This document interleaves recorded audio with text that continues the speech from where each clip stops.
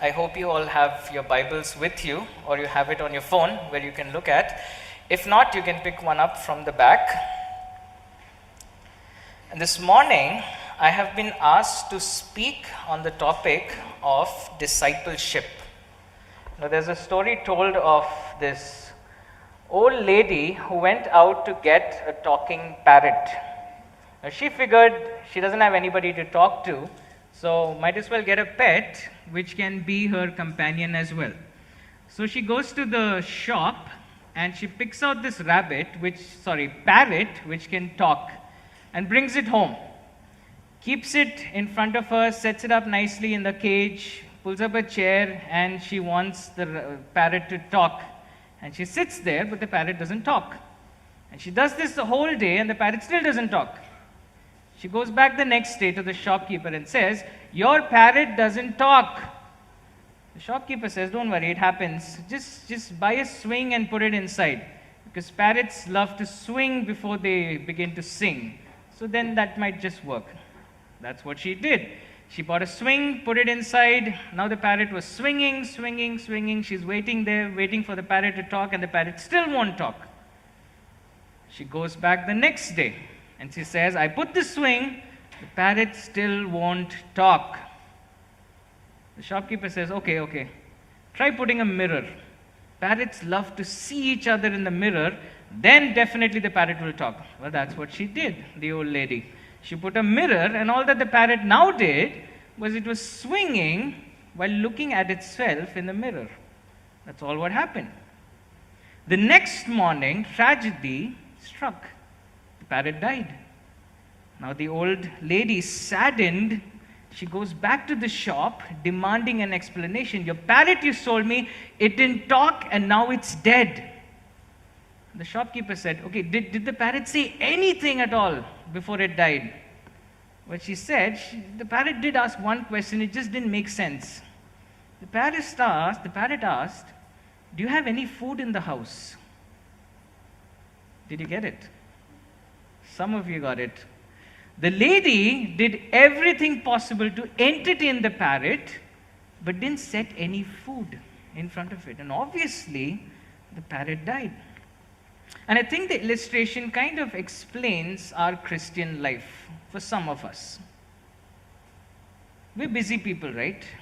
Busy with a lot of things, busy with work, busy in relationships, busy with friends, busy with church activities perhaps, busy with ministry, busy doing a lot of things, busy keeping ourselves busy, but oftentimes we neglect to feed our souls. Oftentimes we neglect our spiritual life. Oftentimes we are starving ourselves at the cost of our busyness. And we've been talking about church for a long time now. We've spoken from 1 Timothy, and the series that we're now doing is called, what is it called? What's it called? A new kind of church. We're trying to see what kind of a church we want to be. And we've been talking about church a lot, and one thing is becoming very clear. And that one thing is, church is important. It's very important. And to think of it, this is not our idea. The idea of church is not our idea, it's God's idea. It's God's idea to bring people from different walks of life, from different backgrounds, from different places. It's His idea to save them and to put them into this one community we call the local church. And now the obvious question is, for what? What are we supposed to do with each other? And the answer is, so that we can help each other grow and mature in Christ. That is the reason God has put us together. Let me try to define discipleship. It is the intentional involvement in a person's life to help them become more like Christ. That's what discipleship is. We as a community, as a local church, are helping each other to think and act as how Jesus would want us to. That is discipleship. Now, why is it important? Let me ask you a question. What is God primarily doing in your life? You can answer it. What is God's number one priority in your life today? What is He up to? What's He doing? The Bible says God's priority in your life and my life is to make us like His Son. It's to make us like His Son. And that is what He is doing in our lives today. And that is what He's going to continue to do till one day He finishes that and each of us stands perfect before Him. And the amazing thing is He doesn't do that by isolating us. He does that by uniting us. He unites us to Christ, He saves us, and then He unites us to each other. He puts us in this community. And do you know what that means? Do you realize what that means? God is actively working in each of our lives, and He's using other people as a means for it. He's using each other who have been saved by Him, who've experienced His grace, who are His disciples. He's using them all in order to help us mature into Christ. And to help us better understand what I'm talking about, if you have your Bibles, kindly open to 2 Timothy. 2 Timothy chapter 2. 2 Timothy chapter 2. It's the last letter written by Paul before he is executed. And it's a letter he writes to his own disciple, whom he's been discipling for some time now. And we saw that in 1 Timothy when we looked at the letter. He calls Timothy his son in the faith. They're so close. He's been discipling. And now, in this passage, Paul is going to say, what is Timothy supposed to do so that the faith continues? People continue to mature even after they're long gone. Okay? So, how to make sure that people continue to grow even after both of them are long gone. So, I'm going to read from 2 Timothy chapter 2, verses 1 onwards. You therefore, my son, be strong in the grace that is in Christ Jesus. The things which you have heard from me in the presence of many witnesses, entrust these to faithful men who will be able to teach others also. Suffer hardship with me as a good soldier of Christ Jesus. No soldier in active service entangles himself in the affairs of everyday life, so that he may please the one who enlisted him as a soldier. Also, if anyone competes as an athlete, he does not win the prize unless he competes according to the rules. The hard-working farmer ought to be the first to receive his share of the crops. Consider what I say, for the Lord will give you understanding in everything. Let me stop there. There are three things I wish to point out here when we talk about discipleship. Number one, the first thing, discipleship requires us to grow in grace. Notice the commandment that he gives in verse 1.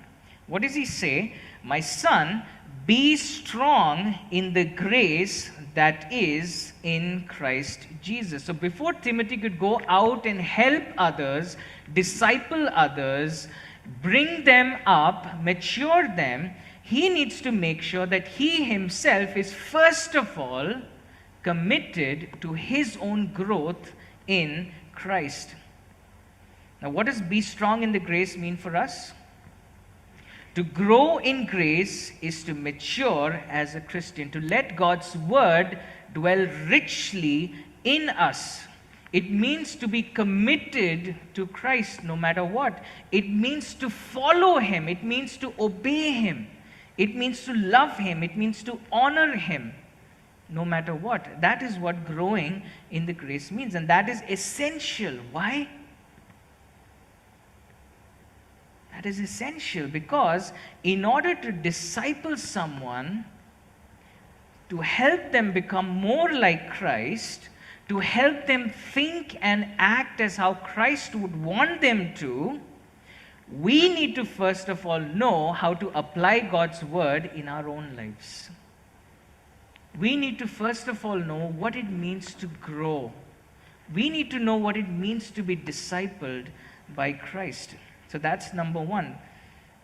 The Timothy needs to grow in grace. Number two, discipleship is done in a relationship. This is very important. Discipleship is not going around telling people what to do. It's not standing up on stage and just opening a piece of scripture and telling, do this, do that. That's not discipleship. Discipleship happens in a relationship. Notice verse 1 again. And he does this a few times. How does Paul address Timothy? How does he address Timothy? My son. You don't go around calling random people my son and daughters, do you? It shows us what kind of a relationship they were in. And Timothy was being discipled by Paul. He had worked with him, he had gone with him, he had traveled with him. He had seen Paul suffer for the gospel. He had seen Paul in action. He knew Paul up close and personal. And now Timothy was mature enough where Paul now says, go and do the same with other people. And that is how discipleship always happens. On one hand, we're all united to Christ. We have a relationship with Christ. We have a relationship with God through Christ. And at the same time, we're all united to each other. We all have a relationship with each other. We are all disciples on one side. We love God, we honor God, we obey God, and at the same time, because of that, we're all in a relationship with each other. And it's a serious kind of relationship. Why don't you look at the person around you? I mean, the people around you. Just turn and look. Front, back. Yeah? Smiling faces, familiar faces. Oh, the mask is hindering. Don't take off the mask. These are the people God has chosen to be in your life to help you mature in Christ-likeness. These are not random people. Out of so many people in our city, so many people in our country, so many people in our society, these are the people God has chosen to speak into our lives. These are the people God has chosen to live life together. So I don't know if you think of yourself as an important person, but in my life, you are very important. And I shouldn't be taking you for granted because we need each other. All right? We need each other. Now, what do we do for each other? That's what he goes on to explain. And there are two aspects that I would wish to highlight for you here. Look with me at verse 2 again. What does he say? The things which you have heard from me in the presence of many witnesses, entrust these to faithful men who will be able to teach others. Verse 3, suffer hardship with me. The two aspects in discipleship are teaching and modeling. Okay, teaching the words of Christ and modeling the works of Christ. That is key to discipleship. Discipleship is not just having a chat, having a good time, building a relationship, becoming friends, having a meal. It's all part of it. But discipleship is helping others to know and apply God's word into their own situations. Okay? So if that is true, knowing the Bible and applying the Bible, we should know how to do it. Okay? Before helping anyone else out. There is no discipleship without God's word. Okay? I need to clarify this. There is no just catch up in discipleship. There is no just meet in discipleship. There is no just fun in discipleship. They're all part of it. They're good parts of it. But you leave God's word out, you're just having a good time. All right? Discipleship is helping each other apply God's word in our own lives. Now, there's another aspect which Paul calls. One is the teaching. Pass it down, he says. That's important. Don't dilute it. Don't mix it up. The other aspect which he calls is suffering hardships together. Okay? Suffering hardships together. Now, what does he mean? Well, do you remember when Jesus was calling his disciples, how did he call them? What did he say? What did they have to do for them to follow Jesus? What did he say? Deny yourself. Correct. This is just one place where Jesus says, Luke 9:23, and he was saying to them all, and these are people who've been following Jesus around, and he says, if anyone wishes to come after me, meaning if anyone wishes to follow me, what must they do? Deny himself, take up the cross, not just once, but daily, and follow me. Notice the word daily over there? It's not a one-time thing. It's not something that you did in the past once where you said, I'm going to follow Jesus, and then you're just living your life. Jesus says it's a real commitment. Being a disciple of Jesus is not for the faint of heart. It's a serious thing. And Jesus often says, calculate the cost before you come behind me. And so we need each other to constantly remind us these things, because it's very easy to get lost. It's very easy to get sidetracked. Monday to Sunday, when you're at work, when you're under pressure, and when you see all that's going around, it's very easy to get sidetracked. Who's going to remind us? We need people in our lives who are reminding us constantly, what are we here to do? All right? That is discipleship. So what is Paul trying to tell Timothy here? He's saying that Christian life is challenging. Yes or no? Yes? It is challenging on many fronts. And so, what Paul is telling Timothy is we need to model our lives after Jesus, so that we can now be examples for people around us to see what it means to follow him. And that includes the way we make choices, our priorities in life, how we spend our money, our character, what do we stand up for. In everything, Paul says we need to reflect Christ so that we are good examples in society, so that people can see us and know what it means to follow Christ. So that's the second one. Discipleship is always done in a relationship. And the third one, discipleship is intentional. It is intentional. It doesn't just happen. Modeling Christ doesn't just happen. It requires effort. Consciously making an effort every day. And there are 3 examples that he gives over here to help us in this process. And the first one he says, or he shows, is a soldier. Look at verse 3. What does he say? Suffer hardship with me as a good soldier of Christ Jesus. No soldier in active service entangles himself in the affairs of everyday life, so that he may please the one who has enlisted him as a soldier. Now, what can we learn from a soldier? We need to be focused on Christ. Because who has called us? Who has called us? Come on, you have to get this one right. Who has called us?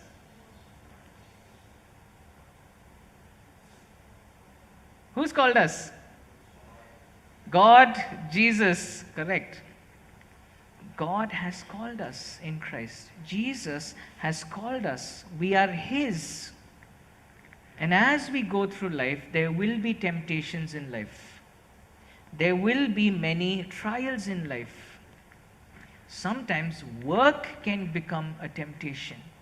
There will be many things competing to take our attention away. There will be many things we will be having to deal with. But we need to focus on Christ as a good soldier who's not losing sight. We're eager to please Him who has called us out of darkness into the light. We're eager to please Him who has picked us up from the dominion of darkness and transferred us into the kingdom of His Son. All right? We're eager to please Him. As a soldier is eager to please his commanding officer. The second example that he gives is that of an athlete competing to win. Look at verse 5. Also, if anyone competes as an athlete, he does not win the prize unless he competes according to the rules. Now, what do we learn from here? We need to be disciplined. You cannot become an athlete just like that. Akshay is nodding. He knows what I'm talking about. You can't lose weight just like that. You need to be focused. But at the same time, you need to be disciplined. You need to watch your habits. You need to compete by the rules, is what he's saying. What he's talking about is we cannot live life as we wish, come to God whenever we feel like, and then expect a reward in the end. Our life needs to be disciplined. Our spiritual lives, our personal lives, our professional lives, it all needs to be ordered on the Word of God. We need to be disciplined in all areas. And the third example that we see here is that of a farmer. Now, what can we learn from a farmer? It's his patience. You know, there are these big fields that you can see if you stand in the balcony of our house. And during the summer times, it's just dusty. There's a lot of mud flowing from there. Occasional cows come, but it's just mud. And you look at that piece of land, it's a huge land, okay? You look at that piece of land and you're like, what a worthless land. And if you just put some water, put some grass, at least the mud will not come over here. But then when the farming season comes, you're woken up early in the morning to the sound of tractors who are there on the ground. They're tilling it. They're making the ground ready, putting up a lot of dust in the process. But soon enough, it's watered, the seeds are sown, and within a few weeks, you see plants sprouting out. And within a few months, there's a huge harvest. Discipleship is somewhat like that. Initially, you look at another person like, so rough. But when we spend time with them, when we expose them to the Word of God, when we expose them to our lives, when we spend that life with them, eventually you'll see the fruit. And so what we learn from the farmer is that we need to be patient. We need to be patient. So, to sum up, what he's saying is discipleship is intentional, it is time-consuming, but it is rewarding. It is rewarding. And that's exactly what Jesus did, right? What was Jesus doing in his ministry?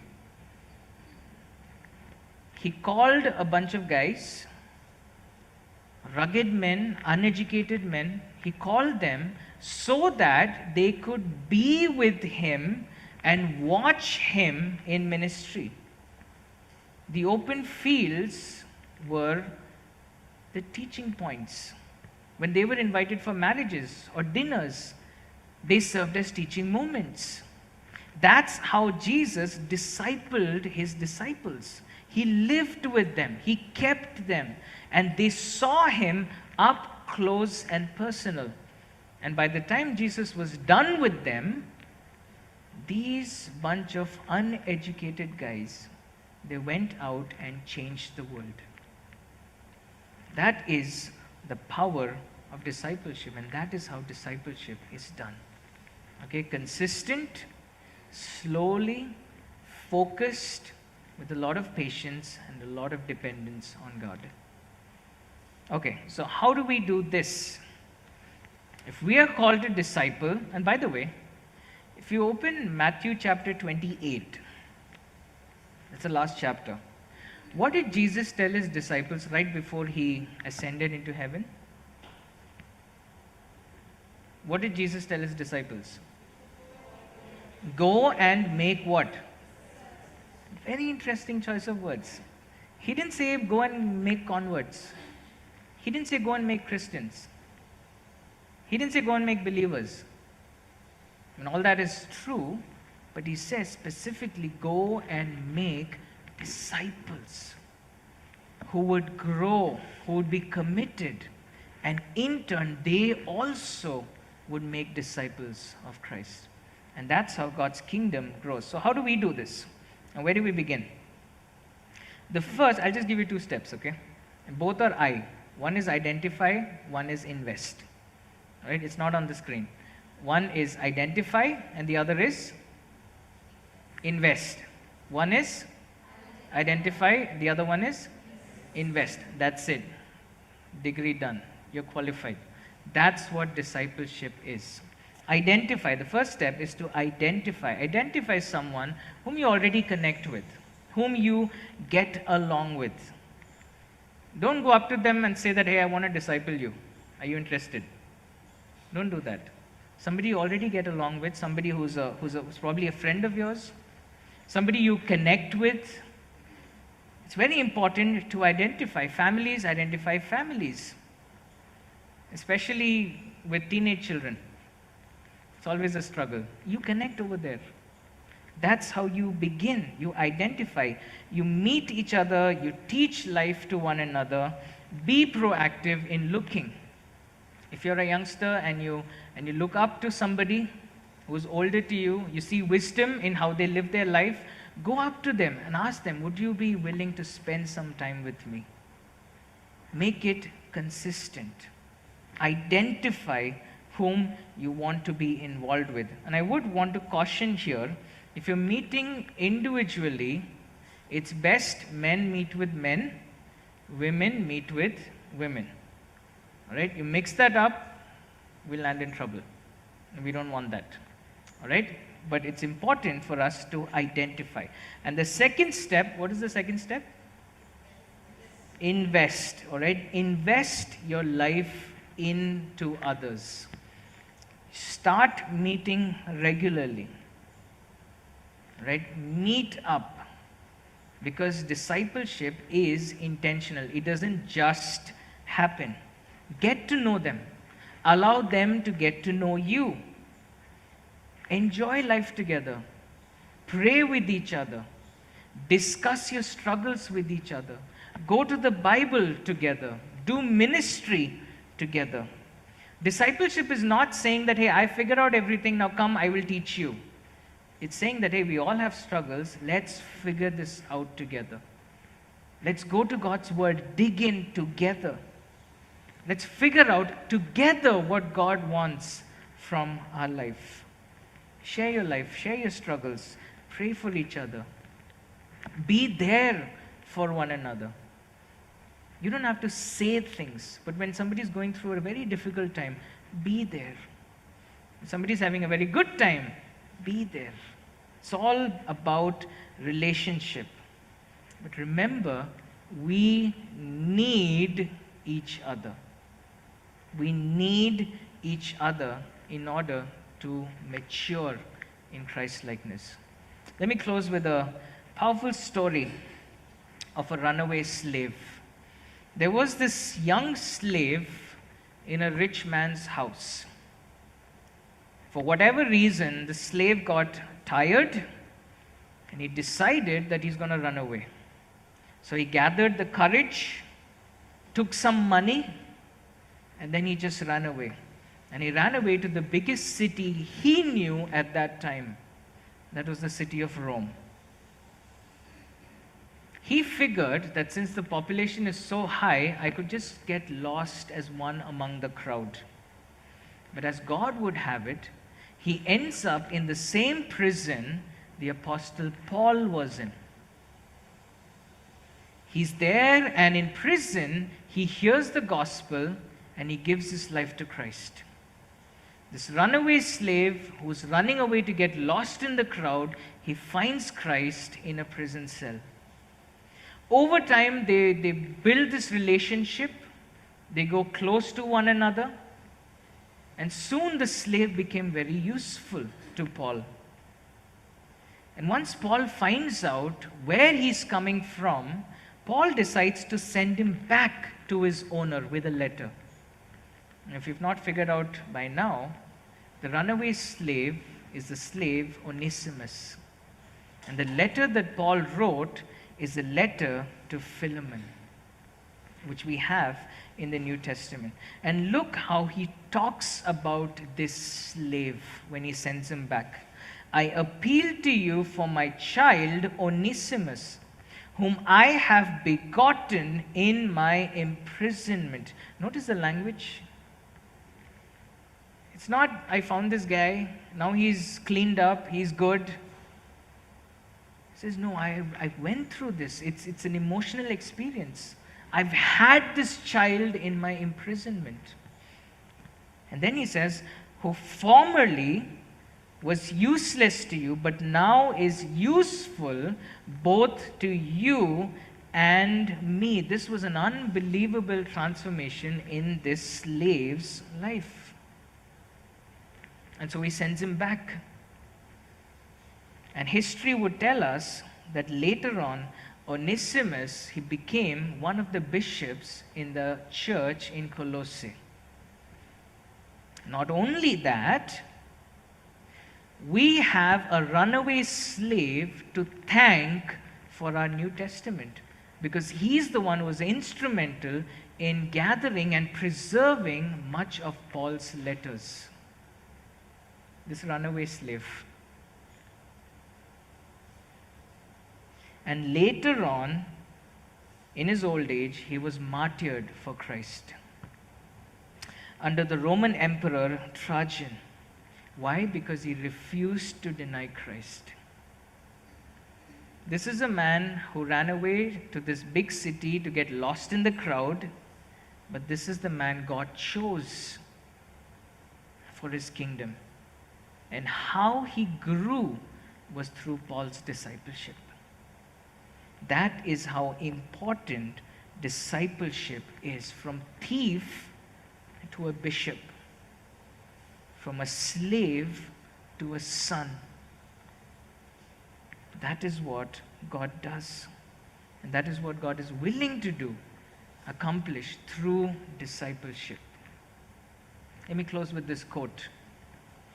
The most significant contribution we can make in life is the passing of our faith to the next generation. Let me read that again. The most significant contribution you and I can make in life is the passing of our faith to the next generation. And it happens through discipleship. Shall we pray? Father, we want to thank you and praise you because you have chosen sinners like us. You have chosen worthless people like us. People who are slaves to sin, people who wanted to run away and get lost in the crowd. But Lord, you have picked us out. You've chosen us. and you've brought us into your fold. This morning, Lord, as we've spoken about discipleship, we pray, Lord, that more than talk, that we would get involved in each other's lives, that we would help build this community, we would help build each other up, that we'd be willing to point each other to you, that we'll be willing to labor, that we will be willing to sacrifice our comforts. We know, Lord, that it is difficult, but we know that this is what you want us to do. And we pray that you would empower us, that you would make us into a church which is discipling one another for your glory. Thank you for this time. In Jesus' name, amen.